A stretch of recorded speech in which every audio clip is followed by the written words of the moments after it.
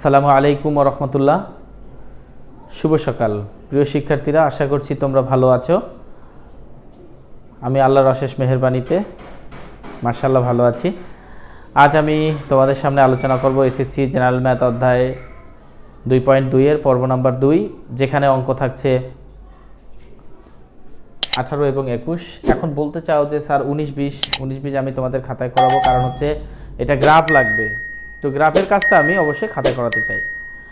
আর সৃজনশীল দুইটি পর্বে ভাগ করেছি, একটা পার্ট 2 এ পাবা, আর দুইটা সৃজনশীল অবশ্যই পার্ট 3 তে থাকছে, তার সাথে সম্ভব হলে আরেকটা সৃজনশীল।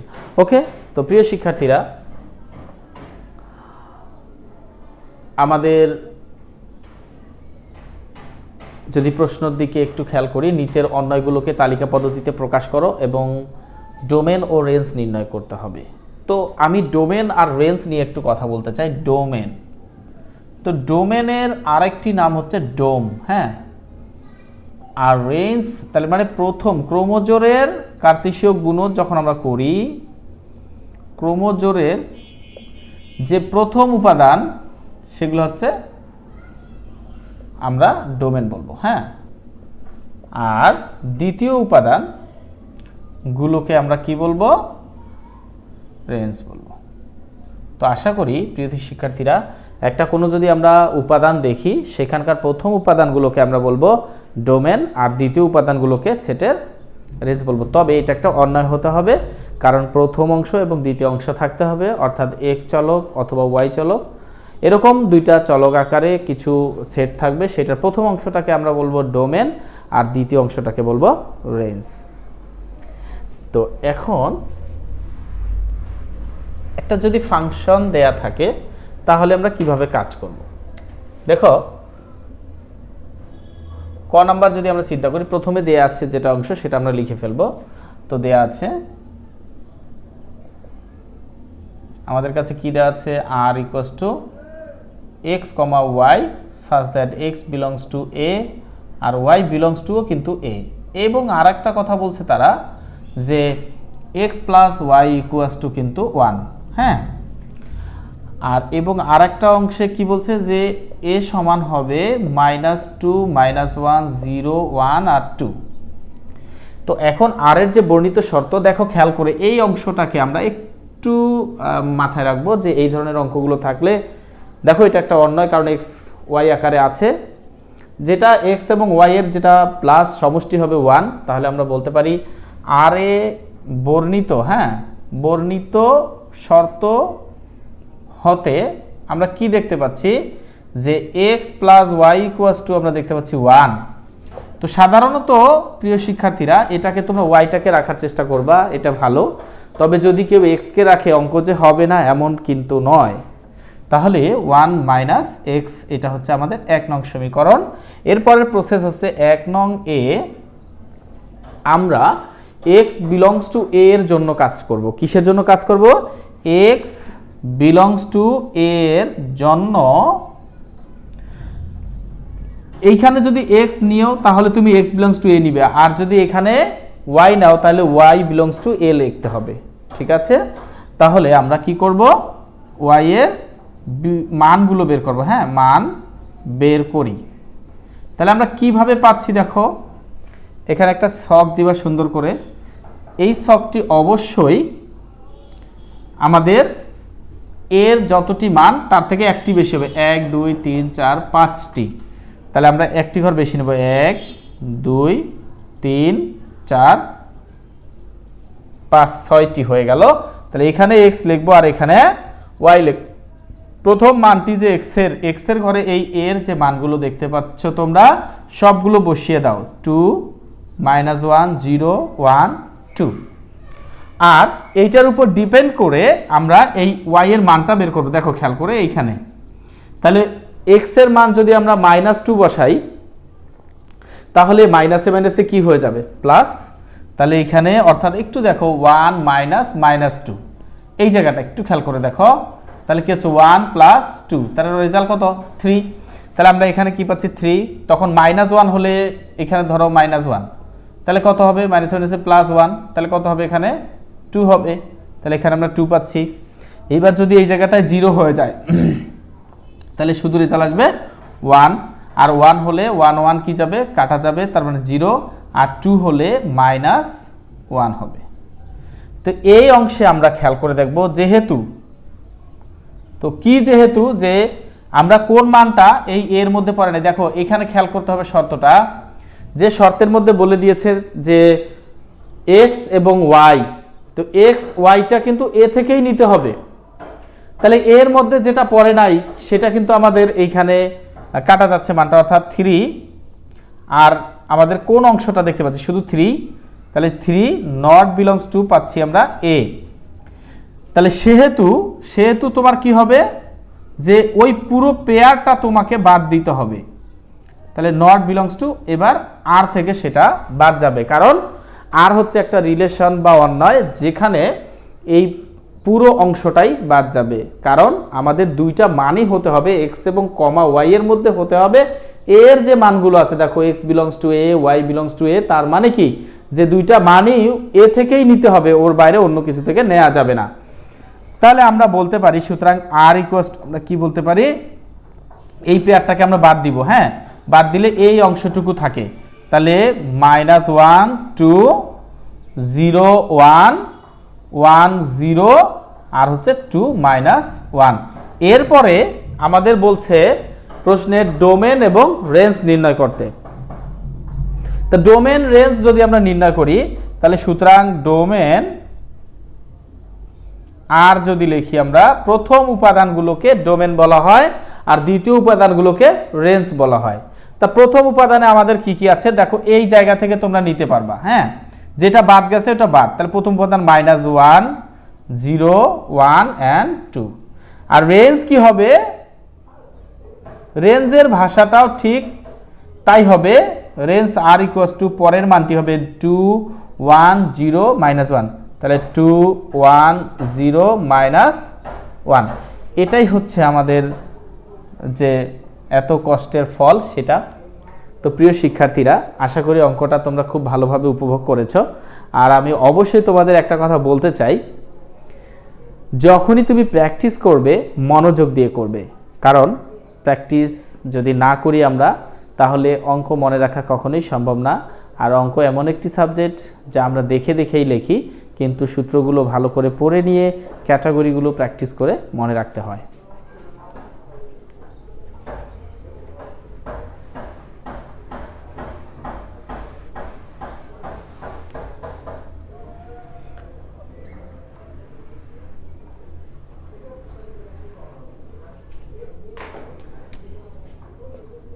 তাহলে খ নাম্বারে দেখো f কিন্তু দেওয়া আছে এবার, তাহলে x, y such that x belongs to c, y belongs to c হবে, আর y equals to 2x। তাহলে এবার আর এর বর্ণিত শর্ত কি হবে, দেখো y equals to 2x, বাকি অংশগুলো তোমরা লিখে নিতে পারো আর এর বর্ণিত, সেখানে দেখো, আচ্ছা লিখে দেই, -1 0 1 2 and 3। তাহলে আর f এর বর্ণিত শর্ত হতে বা শর্ত মতে y ইকুয়ালস টু কত, 2x, এটা 1 নং সমীকরণ। তাহলে 1 নং এ x বিলংস টু c এর জন্য নিতে হবে, হ্যাঁ, এর জন্য y এর বিভিন্ন মান বের করব আমরা, হ্যাঁ, মান বের করি।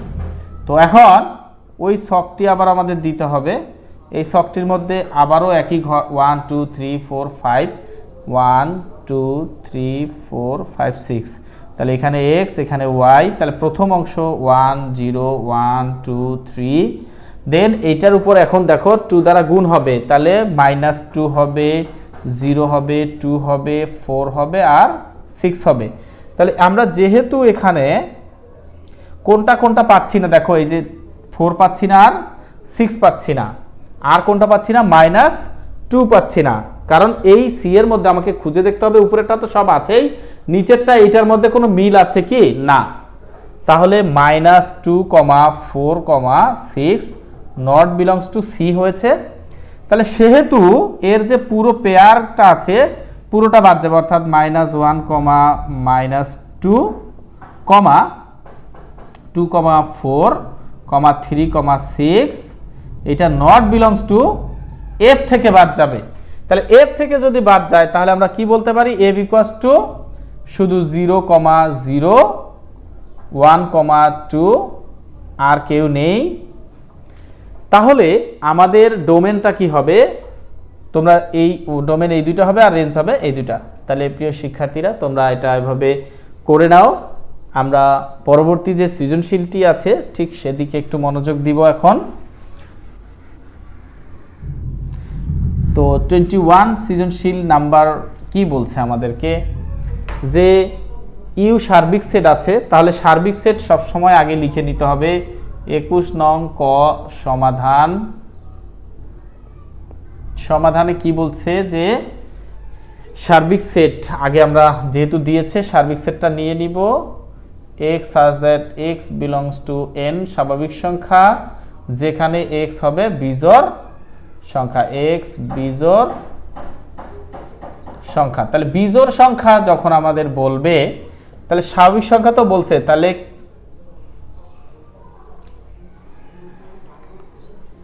তাহলে আমরা কি পাচ্ছি এখানে, 1 পাচ্ছি, 3 পাচ্ছি, 5, 7, 9 ডট ডট আমরা এটা দিতে পারি। কারণ কেন ডট ডট দিতে পারি, কারণ হচ্ছে বিজোড় সংখ্যা বলছে এবং স্বাভাবিক সংখ্যা, এটা কত বড় হবে এটা আমরা জানি না। তার সাথে আসি এ সেটকে তালিকা পদ্ধতিতে প্রকাশ করো। তাই এ সেটকে যদি আমরা তালিকা পদ্ধতিতে প্রকাশ করি তাহলে আমাদের এই মানের বাহিরে যেতে পারবো না, এবং তার আগে কি শর্তগুলো দেয়া আছে আমাদের দেখে নিতে হবে। x such that x belongs to n এবং 2 থেকে বড় সমান আর 7 থেকে ছোট অথবা সমান। তাহলে আমাদের খেয়াল করতে হবে 2 থেকে 7 এর মধ্যেই হবে। 2 থেকে 7 পর্যন্ত এখানে কে আছে, ঠিক এই তিনটি মান, তাহলে 3, 5 and 7। এই হচ্ছে আমাদের ক নাম্বার রেজাল্ট। প্রিয় শিক্ষার্থীরা বেশি কোনো ঝামেলা করার দরকার নেই, কারণ যেহেতু আমরা এখানে একটি পয়েন্ট লিখেছি আর এখানে একটি পয়েন্ট লিখেছি, তাহলে 1, 1, 2 মার্কস আমরা পেয়ে যাব। এরপরে আসি, তাহলে এখানে আমরা কি পেলাম, 3, 5, 7, আর এটা কি পেয়েছি 1 থেকে, যাই হোক, আচ্ছা 3, 5, 7, তাই না। আচ্ছা, খ নাম্বার অঙ্কে আমাদের কি বললো, যে এ প্রাইম সি বাদ বি নির্ণয় করো। তাহলে এ প্রাইম যদি আমরা চিন্তা করি, তাহলে আমরা ক হতে প্রাপ্ত কি কি পেয়েছি আমরা সেই অংশগুলো লিখে নেই। ইউ সেট সমান 1, 3, 5, 7, 9, আমরা ডট ডট দিয়েছিলাম, এখানেও দিয়ে দিই। আর এ পেয়েছি এখান থেকে 3, 5 and 7 পেয়েছি। এরপর আমাদের কিন্তু দেখো বি আর সি লাগবে। তাহলে আমরা এখন সি সেটকে নির্ণয় করি। সি সেটে কি বলছে আমাদের এখানে লেখা আছে, দেখো x such that x belongs to n থেকেই নিতে হবে, এবং x স্কয়ার 5 এর থেকে বড়, আর হচ্ছে x কিউব 130 এর থেকে ছোট। দেখো প্রিয় শিক্ষার্থীরা তোমরা এখানে চিন্তা করবে না, ঘাবড়াবে না, ক্যালকুলেটর এটা করতে পারবা অথবা মুখেও করতে পারবে। টার্গেট হচ্ছে x এর মানগুলো ঠিক এখান থেকে নিতে হবে, নিয়ে বসায় দেখতে হবে কোন মানটা। 1 যদি নেই তাহলে গ্রহণযোগ্য হচ্ছে না, 1 এর উপর স্কয়ার হয় যা 5 এর থেকে বড় নয়। 3 নিলে কিন্তু গ্রহণযোগ্য হচ্ছে, ওই 3টা এখানেও নিয়ে দেখতে হবে, তাহলে 27 হবে। তাহলে 3টা আমরা নিতে পারতেছি, হ্যাঁ। তারপর 5 নিলে 5, 5, 25, তার মানে এখন এইদিকে যতই নেব এটা ওকে, তাহলে শুধু এখানে বসালে হচ্ছে। তাহলে 3টা 5 গুণ করলে কত, 125, তাহলে আমরা 5 নিতে পারবো। এরপর বেশি তো হবেই। তারপরে আমরা বি তে আসি। বি কি বলছে আমাদেরকে, x such that x belongs to n এবং 3 থেকে x এর মান বড় আর তার থেকে 6 বড়। তাহলে এইখান থেকে আমরা খেয়াল করে দেখো 3 থেকে বড় হইতে হবে আর 6 এর থেকে ছোট, তার মানে শুধু 5 পাচ্ছি আমরা এখান থেকে। তাহলে আমরা এখান থেকে 5। এখন এখানে একটা কথা বলতে চাই, সেটা হচ্ছে যদি কখনো সার্বিক সেট দেওয়া থাকে, অন্যান্য যে সেটগুলো তার কিন্তু মাথা সেট হচ্ছে সার্বিক সেট, তার মানে ওই সেটের বাহিরে কোনো ওই অঙ্কের মধ্যে আর বাকি যে সেটগুলো আছে সেগুলো কিন্তু যেতে পারবে না। যদি কখনো পূর্ণ সংখ্যা বলে সেটাও কিন্তু যেতে পারবে না, কারণ হচ্ছে সার্বিক সেটের বাহিরে অন্য কোনো সেট তো এই অঙ্কের মধ্যে আর হতে পারে না। তাহলে এখানে আমরা সব মান পেয়ে গেছি। তো আমাদের টার্গেট হচ্ছে এ প্রাইম। তাহলে এ প্রাইম যদি আমরা নির্ণয় করি, সুতরাং এ প্রাইম মানে হচ্ছে সার্বিক সেট থেকে এটা কি যাবে, বাদ যাবে। তাহলে সার্বিক সেটে আমাদের কি আছে 1 3 5 7 9 ডট ডট দিয়েছিলাম, আর এ সেটে আছে 3 5 and 7। তাহলে আমাদের বাদ মানে কি 3 5 7 বাদ, তাহলে বাকি অংশ যেগুলো থাকবে সেই অংশগুলো সব নিতে হবে। তাহলে 1 নিব, 9 নেব, তাহলে 1 আর 9 তারপর ডট ডট আমরা দিতে পারি। কারণ কেন, সার্বিক সেট থেকে যে সেটটা শুধু কাটা গেছে সেটাই বাদ যাবে, আর অন্যগুলো তো সব থাকবে। তাহলে অন্যগুলো 9 থেকে বড় যত আছে সংখ্যা বিজোড় সবগুলোই কিন্তু আমাদের থাকবে। তাহলে এ হচ্ছে আমাদের এ প্রাইমের অ্যান্সার। এবার বলা হচ্ছে, এবার যদি আমরা দেখি যে সি বাদ বি, তাহলে সি বাদ বি মানে কি বোঝাচ্ছে, সি বাদ বি এই পাশে কিন্তু বাদ চিহ্ন। তাহলে সি এর মান হচ্ছে 3 and 5, আর বাদ বি এর মান হচ্ছে শুধু 5। তাহলে বাদ কে যাচ্ছে, 5 বাদ যাচ্ছে, থাকলো কত 3। এটা কিন্তু কেটে তোমার দেওয়ার দরকার নাই পরীক্ষায়, এটা তোমাদের বোঝার সুবিধার্থে আমি এটা লিখে দিয়েছি। নাম্বার খ চলে গেল। এখন গতে আসি। তো গতে আসলে আমরা যে মানগুলো পেয়েছি এই মানগুলো একটু লিখে নিব। তাহলে কত পেয়েছি, 3 5, 3 and 5, and বি কত পেয়েছি আমরা, জায়গার অভাব, এদিকে লিখি 5। তাহলে আমাদের কার্তেশীয় গুণজকে এবার ইন্ডিকেট করেছে। দেখো কার্তেশীয় গুণজ আমাদের বলছে বি, এটা কিন্তু গ। তাহলে কার্তেশীয় গুণজ বি, কার্তেশীয় গুণজ সি। তাহলে বি এর মান হচ্ছে কত আমাদের 5, আর সি এর মান হচ্ছে 3 and 5। তাহলে এখন কার্তেশীয় গুণজের ভিতরে ফার্স্ট ব্র্যাকেট হবে, তাহলে 5 and 5। এটা আমাদের একটা এ ইন্টারসেকশন সি। তাহলে আমরা আগে এ ইন্টারসেকশন সি বের করে নেই। এ এর মান হচ্ছে 3 5 7, আর হচ্ছে 3 5। তাহলে এখন আমরা এখানে কমন মান পাচ্ছি, দেখো 3 আর হচ্ছে 5। তাহলে 3 and 5 নিলাম।